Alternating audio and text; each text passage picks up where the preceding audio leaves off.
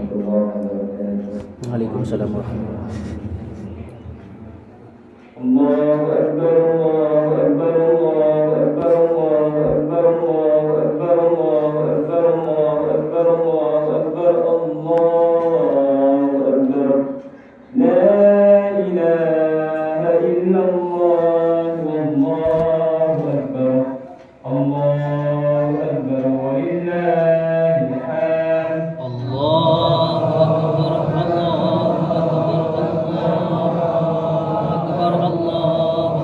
Allahu Akbar, Allahu Akbar,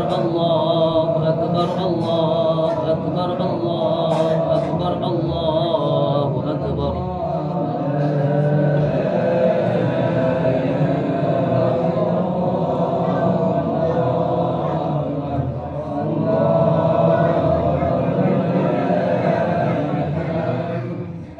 Ya ma'asyiral muslimin wa sumratal mu'minin rahimakumullah. I'lamu annakum hadha yawmul fitr wa yawmus surur wa yawmul mawfur wa yawm akhadha Allah lakum fihi at-ta'am wa harrama 'alaykum as-siyam. Ansitu wasma'u wa rahimakumullah. Ansitu wasma'u wa ajrakumullah. Ansitu wasma'u wa la'allakum turhamun.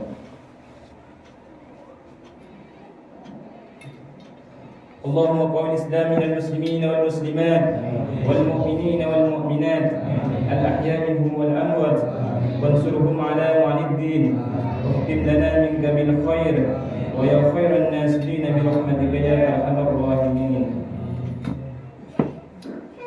Assalamualaikum warahmatullahi wabarakatuh. Allahu Akbar, Allahu Akbar, Allahu Akbar, Allahu Akbar, Allahu Akbar, Allahu Akbar, Allahu Akbar, Allahu Akbar, Allahu Akbar. La ilaha illallah, Allahu Akbar, Allahu Akbar, walillahil hamd. Allahu Akbar, Allahu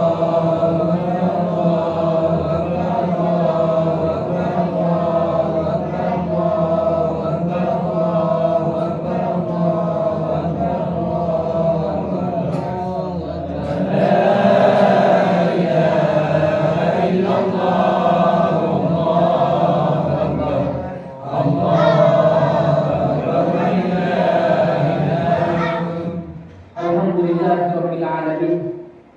Nahmaduhu wa nasta'inuhu wa nastaghfiruh wa na'udzu billahi min shururi anfusina wa min sayyiati a'malina. Man yahdihillahu fala mudilla lahu wa man yudlil fala hadiya lahu. Ashhadu an la ilaha illallah wahdahu la syarika lahu wa ashhadu anna sayyidina Muhammadan 'abduhu wa rasuluh alladzi la nabiyya ba'dahu. Allahumma salli wa sallim wa barik ala sayyidina wa maulana Muhammadin wa ala alihi wa sahbihi ajma'in. Qala Allah Ta'ala fi kitabihil karim, a'udzu billahi minasy syaithanir rajim. Inna anzalnahu fi lailatul qadr wa ma adraka ma lailatul qadr. Lailatul qadri khairun min alfi shahr. Tanazzalul malaikatu war-ruhu fiha bi'izni rabbihim min kulli amr.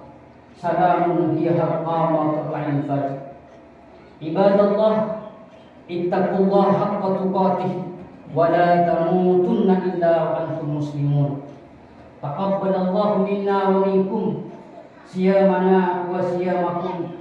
Kullu amin wa antum bi khair. Allahumma ij'alna wa iyyakum minal aidin wal faizin wal maqburin.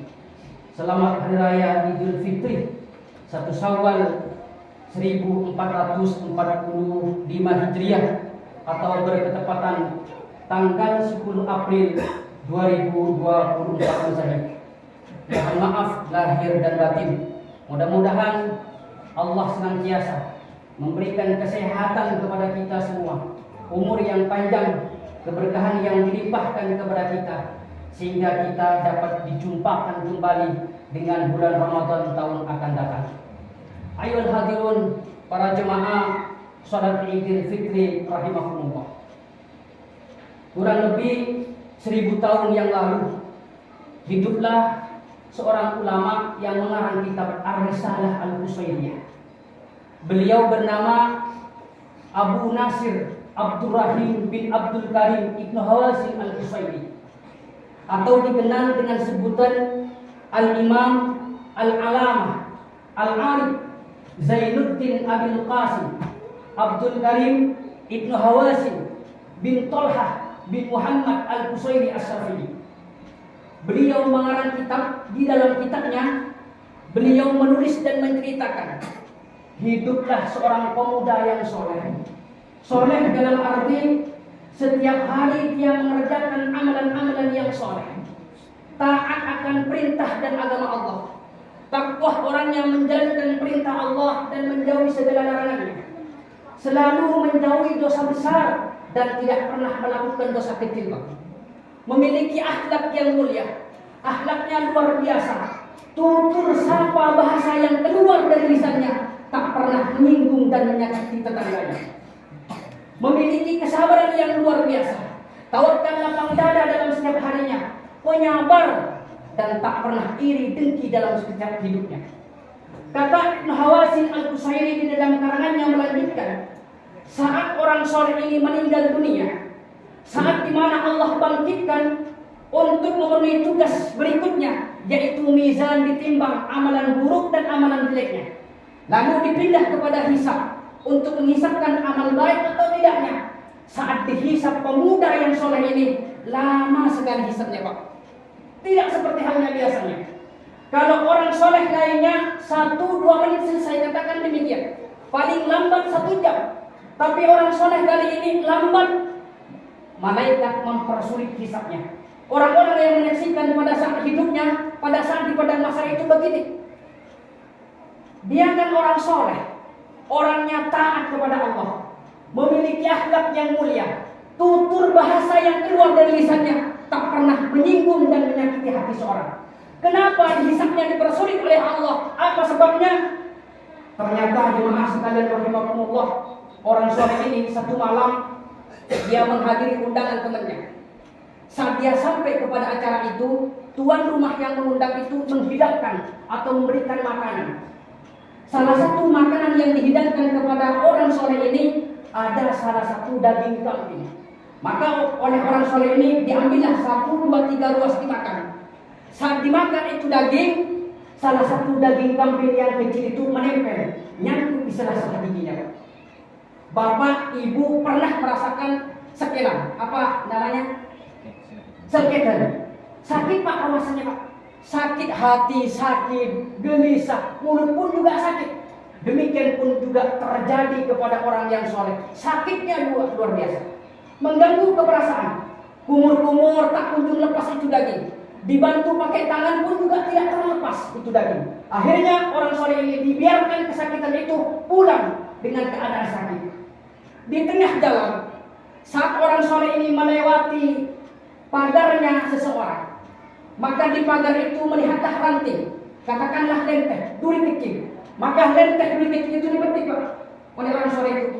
Diambillah ketika dipetik, dicongkelkan ke daging kambing yang kecil yang menyangkut di sela-sela gigi itu. Maka terlepaslah daging kecil itu. Yang awalnya sakit mulailah sembuh, yang awalnya gelisah mulailah tenang. Maka orang soleh ini kembali pulang ke rumahnya dengan keadaan senang, bahagia, gembira.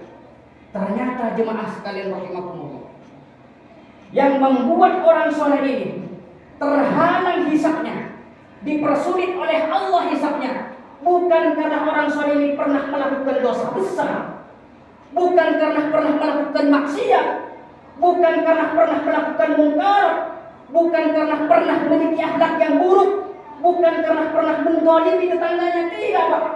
Satu ranting yang dipetik di pagarnya seorang tanpa dipinta oleh pemiliknya, yang menyebabkan hisapnya orang soleh ini lama, berhari-hari, bahkan berminggu-minggu.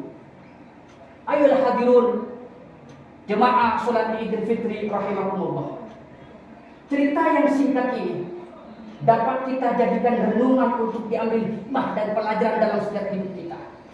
Apa renungan yang harus kita ambil hikmah itu? Mari kita renungkan bersama-sama. Orang soleh Pak, setiap harinya melakukan amalan yang soleh, taat akan perintah dan syariat Allah, takwa menjalankan perintah dan menjauhi segala larangannya, memiliki kesabaran yang luar biasa, menghambakan diri kepada Allah selalu, memiliki akhlak yang mulia, tutur bahasa dari lisan yang keluar kata-katanya tak pernah menyinggung dan menyakiti hati seorang, tapi hisapnya terhalang oleh sebuah ranting yang dipetik, yang diambil tanpa diminta kepada pemiliknya, Pak. Bagaimana dengan kehidupan kita sehari-hari? Kita ini jauh dari kata soleh, jauh dari kata orang yang taat, jauh dari kata orang yang takwa, jauh dari kata orang yang memiliki akhlakul karimah, jauh dari kata orang yang sabar. Bahkan setiap hari kadang-kadang kita tidak pernah meninggalkan dosa besar, dan setiap hari kita melakukan dosa kecil. Bukan hanya satu ranting yang kita petik, bukan hanya satu duri yang kita ambil, tapi puluhan duri, ribuan duri, bahkan tangan kita telah mengambil tanpa seizin pemiliknya. Bagaimana dosa kita nanti? Hal ini mengingatkan perkataan sahabat kepada tabi'in. Sahabat itu adalah orang yang bersama Rasulullah, tabi'in adalah orang yang bersama sahabat. Orang tidak dikatakan sahabat kalau bersama Rasulullah tapi tidak mengimani akan kerasulannya. Seperti hanya Abu Lahab, Abu Jahal bukan sahabat walaupun bersama Rasulullah. Sahabat itu dikatakan adalah dia bersama Rasulullah, iman kepada Rasulullah dengan syariatnya. Kata sahabat itu kepada tabi'in begini, wahai saudaraku tabi'in, kehidupan kami dalam beragama sama dengan kehidupanmu saat ini. Saat kami bersyariat sama syariat kamu. Di mana kami sholat sama dengan sholat kamu. Di mana kami berpuasa sama dengan puasa kamu, kata sahabat kepada tabi'in. Tapi bedanya wahai saudaraku tabi'in, saat kami bersama Rasulullah dulu, saat di mana kami melakukan dosa yang paling kecil, kami anggap dosa. Saat kami di mana melakukan dosa yang paling besar, kami anggap dosa itu paling kecil, paling besar yang kami lakukan di hadapan Allah Subhanahu wa taala. Karena anggapan dosa kecil itu oleh sahabat dianggap adalah dosa besar, maka para sahabat itu minta ampun kepada Allah, bertaubat selalu kepada Allah agar Allah mengampuni akan dosa-dosanya. Tapi bedanya wahai saudaraku tabi'in, kata sahabat, saat di mana engkau melakukan dosa besar, engkau menganggap dosa besar yang engkau lakukan itu adalah dosa kecil.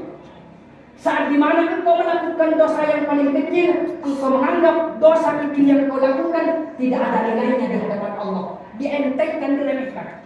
Padahal jemaah sekalian rahimakumullah, apapun usaha kita di dunia ini, apapun ibadah kita di dunia ini, apapun yang diperjuangkan di dunia ini, kehidupan kita di dunia ini tidak akan lepas daripada catatan Allah Subhanahu wa taala yang suatu saat nanti akan dimintakan pertanggungan jawab dalam kehidupan kita ini. Oleh karena itu, hasibu anfusakum qabla an tuhasabu. Merenunglah, bermuhasabah, berintrospeksi diri, hisablah diri kita sebelum Allah menghisab amalan-amalan kita nanti di akhirat. Artinya apa jemaah sekalian rahimakumullah? Kalau kita punya masa lalu yang baik, pernah meninggalkan sholat, pernah menyanyiakan syariat, pernah mendolimi orang lain, pernah tidak akur dengan tangganya, setidaknya masa lalu itu dijadikan gambaran untuk tidak dimulai hari ini. Setidaknya kita berusaha untuk menjadi orang yang lebih baik dari hari ke hari. Caranya bagaimana untuk menjadi orang yang lebih baik? Hubungannya yaitu perbaiki sholat yang dibuat. Jangan sampai kau tinggalkan satu pun. Karena orang yang memperbaiki sholat, lebih-lebih dia memperbaiki ke masjid secara berjemaah atau ke mushola, setidaknya 5 waktu dalam sehari semalam tidak kosong, niscaya Allah akan memperbaiki hidup kita. Allah tidak akan miskin, Allah tidak akan selamatkan dia, pasti Allah akan selamatkan dunia dan di akhirat, dan dibahagiakan dunia dan akhirat bagi orang yang memperbaiki sholat. Cara yang kedua untuk memperbaiki diri kita adalah perbaiki hubungan kita kepada sama manusia. Jangan sampai kita saling menghujat dan saling menzalimi, memfitnah satu sama lain. Niscaya hubungan kita kepada Allah baik, hubungan kita kepada sama manusianya baik. Insya Allah kita akan dimatikan dengan husnul khatimah. Amin amin ya rabbal alamin. Allahu akbar, Allahu akbar, Allahu akbar. La ilaha illallah, Allahu akbar. Allahu akbar walillahil hamd.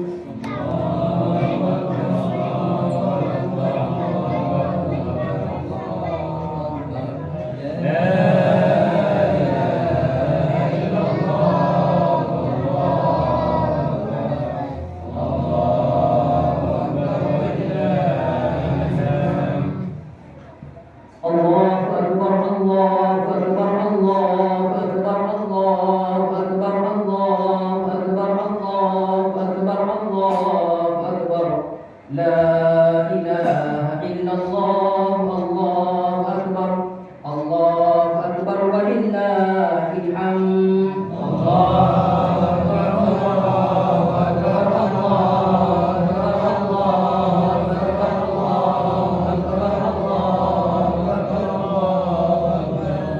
La ilaha illallah, Allahu akbar, Allahu akbar walillahil hamd. Allahumma la taj'al li ahadin minhum fi qulubina dhalama ونجنا بحبهم من أحوال يوم القيامة.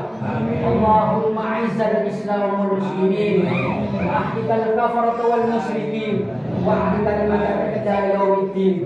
اللهم آمنا في دورنا وأصلح ولاة أمورنا واجعل اللهم ولايتنا في من خافك واتقاك.